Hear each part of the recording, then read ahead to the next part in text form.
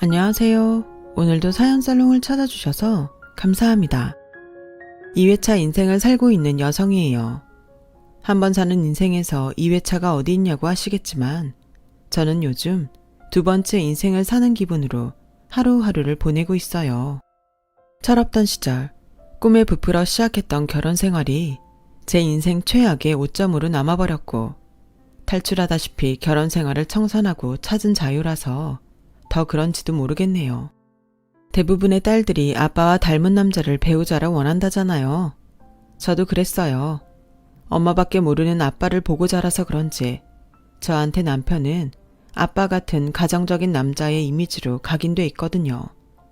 그래서 결혼에 대한 환상을 가지고 살았고 가능하다면 일찍 결혼해서 애도 일찍 낳고 싶었어요. 왜 그런 말도 있잖아요. 한 살이라도 젊을 때 빨리 애를 낳아야 덜 고생이라고요. 애 키우는데 체력 소모가 크니까요. 그래서 저는 결혼과 출산을 또래 친구들보다 빨리 했어요. 대학을 졸업하자마자 바로 결혼을 했거든요. 남편은 저희과 조교로 한때 교수가 되려고 대학원에 진학해 지도 교수님 뒤치다꺼리를 도맡아 했어요. 하지만 끝도 없는 교수님과 그 집 식구들의 갑질에 시달리기만 했죠. 결국 남편은 교수 사회의 더러운 민낯에 학을 뗐고 교수의 꿈을 접게 되었어요. 그래서 석사 과정도 그만두고 뒤늦게 취직을 하게 되었죠. 남편과 저는 남편이 석사 과정을 밟으며 조교 일을 하던 때 만났어요.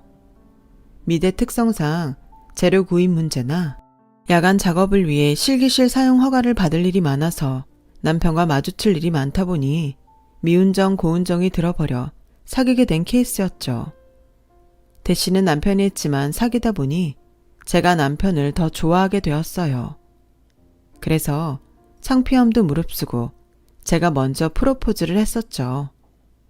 결혼 얘기가 나오던 당시 남편은 학과 조교를 그만두고 광고회사에 다니고 있었어요.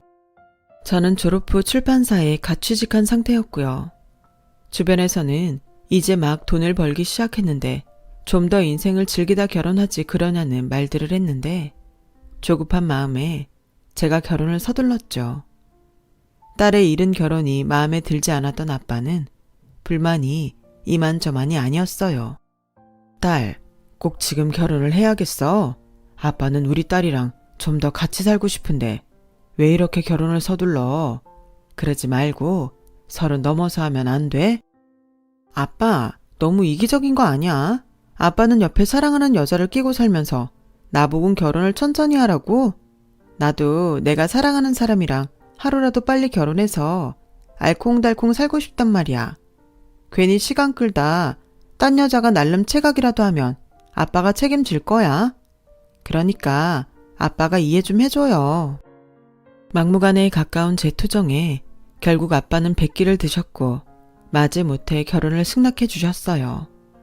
하지만 제 손을 잡고 결혼식장에 들어갈 때까지도 아빠는 제 남편을 도둑놈 보듯 하셨어요. 우리 부부는 둘 다 경제적으로 결혼할 준비가 안 된 탓에 시댁에서 어머님과 아직 결혼을 안 한 아주버님을 모시고 함께 살게 됐어요. 평수가 꽤 되는 단독주택이라서 내 식구가 살기에 충분했거든요. 어머님은 아버님과 사별한 뒤 피부관리실을 운영하고 계셨는데 솜씨 좋은 직원을 여럿 데리고 있어서 연 회원권을 끊어서 사용하는 단골도 많고 수입이 꽤 좋은 편이었어요. 하지만 일 때문에 바빠서 집안 살림은 팥줄 도우미 아주머니한테 맡기고 일만 하신다더군요. 남편 말을 들어보면 일 때문이 아니더라도 어머님은 살림할 사람은 아니었던 것 같았어요. 친정이 잘 살기도 했고 아버님이 살아생전에 돈을 잘 버셔서 집에 늘 상주 도우미 아줌마가 있었으니까요. 아버님이 돌아가시고 생활이 전만큼 넉넉하지 않았는데도 도우미 아주머니만큼은 꼭 불렀다고 하니 어지간히도 살림하는 게 싫으셨던 모양이에요. 그런데 제가 시집을 오자마자 글쎄 아주머니를 내보내시지 뭐예요? 집에 여자가 둘이나 있는데 딴 사람 손을 빌릴 필요가 있겠니? 청소야 로봇 청소기가 다 하는 거고, 빨래는 세탁기가 하고, 설거지도 식기세척기가 다 하는데 뭐가 힘들어 사람을 써? 그냥 식구들 끼니나 챙긴다 생각하고 네가 살림 좀 맡아서 해봐. 전업주부로 사는 친정엄마 보고 자랐는데 그 정도는 할 수 있잖아. 솔직히 자신 없었어요. 저희 엄마는 제게 집안일은 일절 시키지 않았거든요. 결혼하면 죽어라 하고 살 텐데 뭐하러 벌써부터 집안일을 하니? 엄마가 할 테니까 넌 네 할 일이나 해. 그간 엄마의 배려 덕에 편히 살았는데 막상 살림을 하게 되니 조금은 배워서 시집 올 걸 하는 후회가 되었어요. 아침에 내 출근 준비만으로도 정신없이 바쁜데 식구들 아침 밥까지 챙기려니 미치고 팔딱 뛰겠더라고요. 살림이 익숙한 사람도 시간에 쫓기면 실수를 하기 마련인데 살림이라곤 해본 적도 없는 저는 오죽했겠어요. 아침마다 전장판이 따로 없었죠. 2시간 전부터 준비를 해도 식구들이 식탁에 모일 때까지 국도 제대로 끓여내지 못했어요. 거기다 맛은 또 얼마나 없는지 아침마다 죽어라 일하고도 식구들 눈치를 봐야 했다니까요. 블로그나 유튜브를 볼 때는 별거 아닌 것 같았는데 막상 하려니 뭐가 그리 복잡하던지 그동안 엄마 앞에서 반찬 투정했던 게 미안할 정도였죠. 거기다 어머님 말씀과는 달리 살림에 내 손이 안 가는 곳이 없더라고요. 빨래는 세탁기가 한다지만 다 된 빨래를 널고 걷고 개는 건 모조리 제 몫이었거든요. 청소도 마찬가지였어요. 바닥 청소는 로봇 청소기한테 맡겨도 먼지 털고 선반 닦고 하는 건 제가 직접 손으로 해야 했으니까요. 거기다 청소기를 사용하려면 널브러진 것들은 제 손으로 치워야 했으니 비록 기계의 도움을 받는다고는 해도 제가 손 놓고 쉴 수는 없는 거였죠. 그런데도 할 게 없다니 말도 안 되죠. 평일이야 그렇다 쳐도 주말만이라도 마음 편히 쉴 수 있다면 좋으련만 시집살이 하는 며느리가 어디 그럴 수가 있나요? 평생 당신 손으로 살림을 살아본 적이 없는 시어머니는 말로 시키는 것만 잘하지 어머님 혼자 쓰는 욕실이며 방 청소까지 한 번도 하신 적이 없어요. 결국 결혼하고 1년도 안 돼서 저는 회사를 그만두고 전업주부로 살게 되었죠. 일과 살림을 병행했다가는 제가 제 명에 못 죽을 것 같더라고요. 일을 그만둔 이후로는 틈나는 대로 친정엄마한테 달려가 음식도 배우고 살림 사는 요령도 배웠어요. 그 덕에 전보다 집안일이 많이 능숙해지긴 했지만 그와는 반대로 자존감은 하루가 다르게 바닥으로 처박혔죠. 마치 나만 쓸모없는 사람 같았거든요. 저를 제외한 나머지 가족들은 밖에 자기 영역을 가지고 살며 매달 노동의 대가로 월급을 받아왔지만 저는 1년 365일 하루도 쉬지 않고 일을 해도 월급은커녕 집에서 노는 사람 취급만 받았으니까요. 거기다 식구들 중 그 누구도 제가 아는 가사노동을 대단한 일이라고 생각하는 사람은 없었어요. 누구나 다 하는 쉬운 일이라고 치부할 뿐이었죠. 해도 티도 안 나고 잘해도 그저 당연한 걸로 여겨지는 집안 살림에 저는 몸도 마음도 지쳐갔어요. 다른 사람은 몰라도 남편만큼은 내 노고를 알아줄 줄 알았는데 다른 식구들과 다를 게 하나 없더라고요. 넌 집에서 빤빤히 놀면서 와이셔츠도 안 다려놓고 뭐 했어? 밖에서 죽어라 일하는 내가 이런 걸로 아침부터 신경을 써야겠니? 요즘 회사 분위기도 안 좋아서 힘들어 죽겠는데 너까지 왜 이래? 넌 내가 벌어다주는 돈으로 마음 편히 사니까 내가 얼마나 힘든지 모르지? 밖에서 죽어라 일하는 내 고충은 하나도 생각 안 하잖아. 남들 와이프들은 내조도 잘하고 돈도 잘 번다는데 넌 뭐냐? 너도 생각이 있으면 집에서 놀지만 말고 뭐라도 좀 해봐. 남편은 회사에서 받은 스트레스를 제게 짜증을 내며 풀기 시작했고 남편 하나 믿고 이 집에 시집 온 저는 기댈 곳도 하나 없이 외로웠어요. 거기다 아주버님이 결혼을 하면서 제 고충은 더 심해지고 말았죠. 네? 여기서 다 같이 살자고요? 아니, 왜요? 형님이 그러겠대요? 분가 않고 여기서 살겠다냐고요. 자기는 외동으로 외롭게 자라서 식구들 많은 집에서 북적대고 살고 싶대요. 게다가 그 사람이 살림을 해본 적이 없어서 자신이 없나 봐요. 재수 씨가 많이 도와주세요. 이건 뭐 혹 하나 덜어내나 했더니 생각지도 않은 혹이 하나 더 들어오는 셈이지 뭐예요. 여보, 차라리 이참에 우리가 분가하면 어떨까? 아주버님네가 여기로 들어와 살겠다는데 굳이 우리까지 여기서 살 필요는 없는 거잖아. 우리 따로 나가서 살자. 응? 너 정신이 있는 애니 없는 애니? 당장 집 구할 돈도 없지만 나가 살 집이 있다고 해도 나 혼자 버리러 우리가 어떻게 살아? 돈은 언제 모아서 집 사고 애 키우냐? 그나마 엄마 집에 빌부터 사니까 적금이라도 붓고 사는 건데 당장 네가 돈 벌어올 것 아니면 그딴 소리 집어치우고 정신 차려. 남편은 더 들으려고도 않고 성질을 내곤 거실로 나갔어요. 그리고 얼마 뒤 형님 친정에서 보낸 혼수가 집에 도착했어요. 고작 방 하나 꾸미는데 무슨 살림이 이렇게나 많나 했더니 소파부터 에어컨, TV, 심지어 스탠드 조명 하나까지 고가의 물건들로 꽉꽉 채워왔더라고요. 어머님은 좋아서 연신 입이 춤을 추더군요. 얘 큰아가 뭘 이렇게 많이 가져왔니? 이걸 다 어디다 놔야 할지 모르겠네. 어머님, 침대도 바꿀 때가 된 것 같아서 저희 거 사는 김에 하나 샀어요. 쇼파도 유행 지난 것 같아서 새 걸로 드렸고요. 참, 동서도 필요한 거 있으면 말해. 내가 하나 사줄게. 예, 쟤는 치 시집 올 때 치 쓸 것만 딸랑 가지고 오는데 사주긴 뭐하러 사주니? 어디 혼수라고든 손바닥만한 치들 방 꾸미는 것 외에 뭐 가져온 게 있어야지. 쟤는 신경 쓸 거 없다. 근데 큰아가 저 걔는 뭐니? 아, 제가 키운 앤데요. 친정에 두고 올 수는 없잖아요. 걔도 가족인데. 어머, 어머님 걔 싫어하세요? 아니다. 싫긴 내가 왜 싫어하니? 내가 걔를 얼마나 좋아하는데.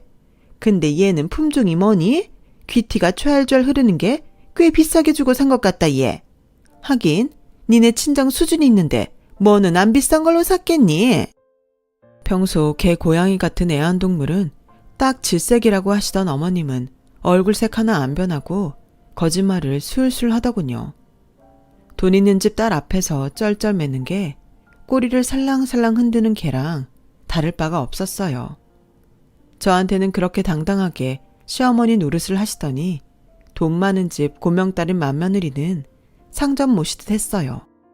그리고 그건 시작에 불과했어요. 아주버님 내외가 신혼여행에서 돌아온 그날부터 저는 완전 이 집 무수리가 되어버렸거든요. 아침에 출근을 앞둔 식구들 아침을 차려주고 10시 넘어서 늦지막이 일어난 형님 아침까지 따로 차려줘야 했어요. 식구들 먹을 때 일어나서 같이 먹거나 아니면 직접 차려 먹으면 될 걸 꼭 제 방문까지 두드리고 와선 아침을 차려달라고 하더라고요. 형님, 저는 청소기도 돌려야 하고 빨래도 해야 해요. 아침 정도는 형님이 차려 드세요. 어머 동서, 나 그런 거 못해. 어머님이 집안일은 동서 담당이라고 그러시던데 아니야? 그리고 우리는 생활비도 많이 내잖아. 돈까지 내고 내 손으로 밥 차려 먹을 거면 내가 왜 시집살이를 하겠어? 청소는 나 밥부터 차려주고 해. 부탁이 아니라 명령이었어요. 너무 화가 나서 그날 퇴근한 남편한테 그 얘기를 했더니 이러는 거 있죠. 당연한 거 아니야.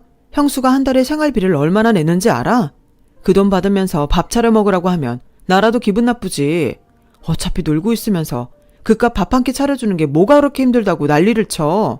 상황 파악 좀 하고 살아. 말 이상하게 하네. 형님이 생활비를 많이 내는 건 내 알 바 아니야. 그 돈이 나한테 들어오는 것 아니잖아. 전이나 지금이나 어머님이 나한테 주시는 생활비는 똑같다고.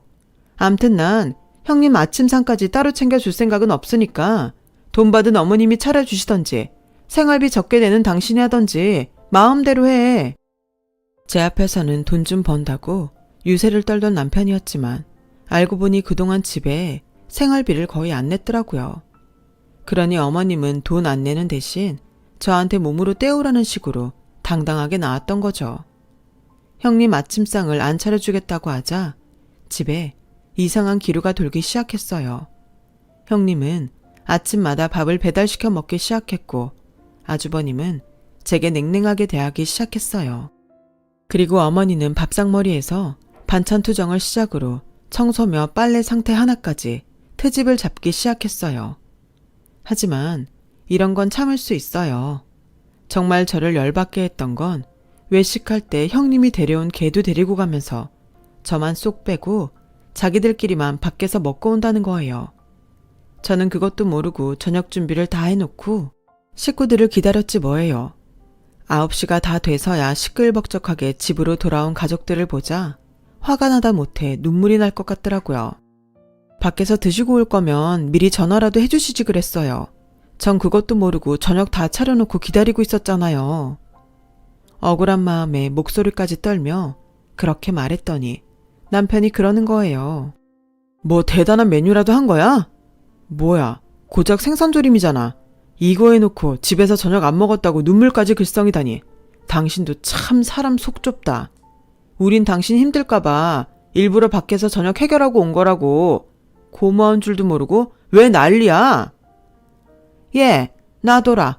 그깟 살림 좀 한다고 유세 떨고 싶어하는 모양인데 애가 생각이 그런 걸 어쩌겠니? 지 손이 똥서 아침 안 차려주겠다고 아침부터 배달음식 시켜먹게 만드는 거 보면 모르니? 쟨 딱 그 정도 소갈머리 이낸 거야. 동서, 작작 좀 해. 참아주는 것도 한계가 있는 거야. 내가 내 돈 주고 밥 먹는데 동서한테 미안한 마음 가질 이유는 없잖아. 억울하면 동서도 돈 벌어. 그놈의 돈. 남의 노동력은 공짜로 부려 쓰는 것들이 돈 가진 유세는 어찌나 내는지 더러워서라도 돈을 벌어야겠다는 생각을 했어요.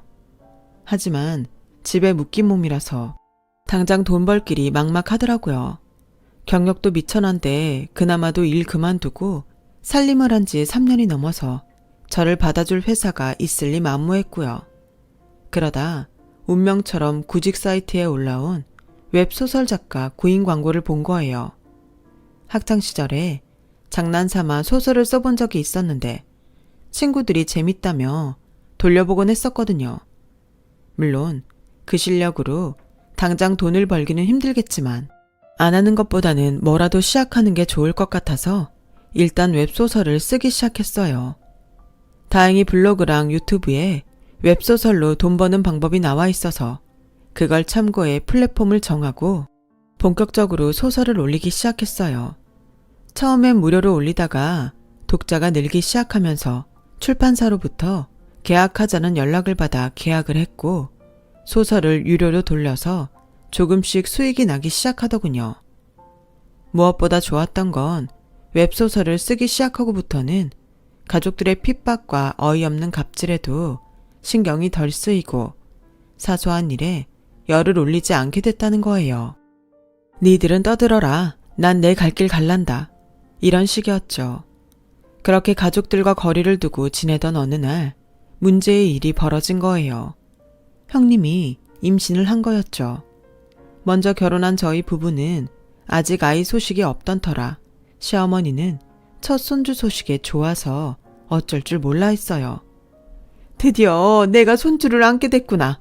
우리 큰애 임신도 축하할 겸 이참에 온 가족이 가족여행이라도 갈까? 큰애야, 어디가 좋겠니? 어머님, 기왕 가는 거 우리 유럽으로 갈까요? 스위스가 그렇게 좋다는데 우리 거기로 가요. 즉흥적으로 시작된 여행 계획은 불과 며칠 사이에 항공권이며 숙소까지 일사천리로 준비됐어요.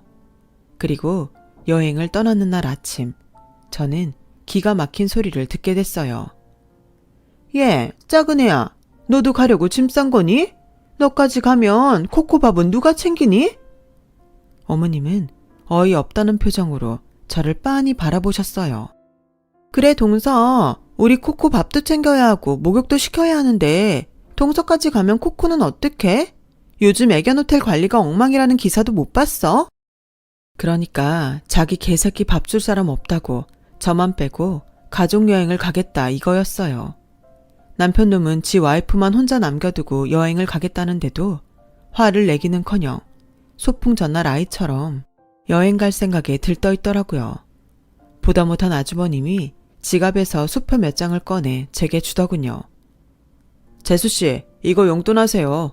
우리 코코 잘 부탁드립니다. 그리곤 저를 제외한 온 가족이 여행을 떠났어요. 방금 전까지 시끌벅적하던 집에 혼자 있으려니 기분이 묘했어요. 그때 아빠한테 문자가 왔어요. 우리 딸 여행 잘하고 와. 아빠가 계좌로 용돈 좀 넣었으니까 가서 맛있는 것도 많이 먹고 재밌게 놀다 와. 우리 딸 사랑한다. 아빠의 문자에 참았던 눈물이 터졌고 그렇게 몇 시간을 그 자리에 앉아서 서럽게 울었어요. 이게 내가 그토록 바랬던 결혼 생활의 결과인가 생각하니 마치 제 인생이 쓰레기통에 처박힌 냄새나는 오물덩이 같아서 비참하더라고요. 그래, 여기서 이런 더러운 꼴 당하고 사느니 차라리 이혼녀로 살자 싶어서 그 길로 제 짐을 싸서 집을 나왔어요. 걔는 아주버님이 준 돈으로 집 근처 애견 호텔에 맡겨두었고요. 여행 간다던 딸이 짐까지 싸들고 친정으로 돌아오자 엄마랑 아빠는 말문이 막혀 아무 말도 하지 못했어요. 아마도 제가 속상할까봐 자세한 내막은 묻지 않으셨던 것 같아요. 그렇게 2주가 지난 어느 날 남편이 전화를 했더라고요. 야, 너 어딨어? 그보다 형수님이 코코 어딨냐고 난리셔. 네 형수 코코는 전철역 근처 애견샵 알지? 거기 맡겨놨어. 미쳤어? 애견 호텔에 맡기지 말라고 했잖아. 넌 집에 있으면서 걔도 안 보고 어디서 뭘 하는 거야. 안 그래도 여행 갔다 와서 피곤해 죽겠는데 밥도 안 해놓고 너 당장 튀어와서 밥부터 해. 엄마가 칼칼한 닭볶음탕 드시고 싶다니까 올 때 재료도 사오고. 미친 새끼, 그걸 내가 왜 하니? 너 방에 있던 내 짐 사라진 거 못 봤어? 나 너랑 끝내려고 집 나왔어. 자세한 이혼 조건은 내가 문서로 정리해서 이메일로 보낼 테니까 너도 마음의 준비하고 있으라고. 그리고 네 형수한테 전해. 그렇게 네 개새끼가 소중하면 남의 손에 맡기지 말고 네가 직접 싸 메고 다니라고. 암튼 난 할 말 다 했으니까 앞으로는 전화하지 말고 문자로 해. 네 목소리만 들어도 역겨우니까. 그렇게 전화를 끊고 그동안 작성해둔 이혼 조건 문서를 남편 이메일로 보냈어요. 정확히는 그동안 제가 그 집에서 가사 도우미로 일했던 시간과 그에 따른 급여 명세서였죠. 거기다 결혼 후 우리 부부가 모은 돈에 대한 재산 분할 금액까지 정확히 명시해 엑셀 파일을 첨부했어요. 그러자 득달같이 남편이 제 친정으로 달려왔더군요. 현관에 들어서자마자 저희 부모님께 인사도 않고 저한테 소리쳤어요. 너 미쳤냐? 네가 한 게 뭐 있다고 나한테 위자료를 달래. 결혼하고 이날 이때까지 네가 누구 돈으로 먹고 살았는데 일도 않고 집구석에서 노는 거 참고 살아준 나한테 돈을 줘도 모자랄 판에 위자료? 가사 노동금? 웃기시네. 야, 길 가는 사람한테 물어봐라. 가정주부한테 돈 주고 사는 남자가 세상 천지에 어디 있냐? 넌 그렇게 상식이 없어서 어떻게 세상을 살아갈래? 잔말 말고 당장 우리 집에 가서 엄마랑 형수한테 사과부터 해. 걔 밥 좀 챙겨주라고 집에 남겨놨더니 걔는 남한테 맡겨두고 혼자 여기로 와 있어? 아주 네가 간이 배 밖으로 나왔구나. 빨리 안 오고 뭘 꿈을 대. 그때였어요. 저희 아빠가 남편의 뺨을 세게 올려붙이셨어요. 장인어른, 지금 뭐 하시는 거예요? 장인? 누가 네 장인이냐? 귀한 내 딸 데려가 고작 개밥 주라고 가족여행도 안 데려가는 놈이 어디서 나보고 장인이래? 너 그동안 우리 정인이 데려다가 네 집 식모로 부렸던 거냐? 너 하나라도 모자라 온 가족이 내 딸을 구박하고 부려먹었던 거냐고? 이런 개떡 같은 집구석 같으니라고? 정인이가 네 놈이랑 살겠다고 해도 이젠 내가 안 보낸다.